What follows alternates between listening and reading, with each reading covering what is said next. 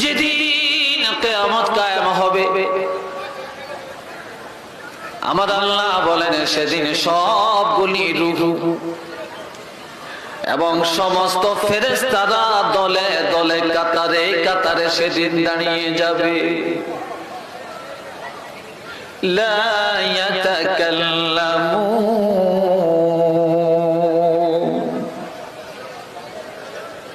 সেদিন কথা বলার ক্ষমতা কারো থাকবে না, বাক শক্তি থাকবে না, এমন কি কোন নবীদেরও থাকবে না, সাহাবীদেরও থাকবে না, ওলি আল্লাহদেরও থাকবে না, আব্দাল গাউস কুতুবেরও থাকবে না। সাহাবায়ে কেরাম একদিন আমার নবীকে প্রশ্ন করলেন, ইয়া রাসূলুল্লাহ, যেদিন কারো জবান বাংলা ইসলামিক টিভি, যেদিন